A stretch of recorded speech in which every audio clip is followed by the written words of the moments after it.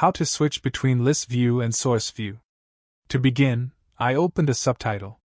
This is the list view. You can see the line number, start time and end time, and duration and the text for each subtitle line.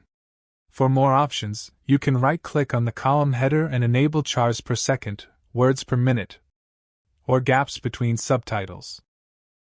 To go to source view, just right-click on one of subtitles and click Go to Source View or just press F2.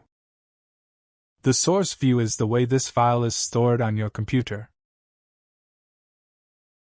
Each subtitle has a number, start and end time, and a text followed by an empty line.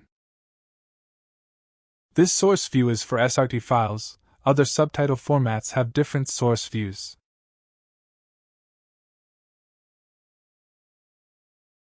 Note that if you change the text in source view, it also will change in the list view. Anyway guys, thanks for watching and I hope you found this useful.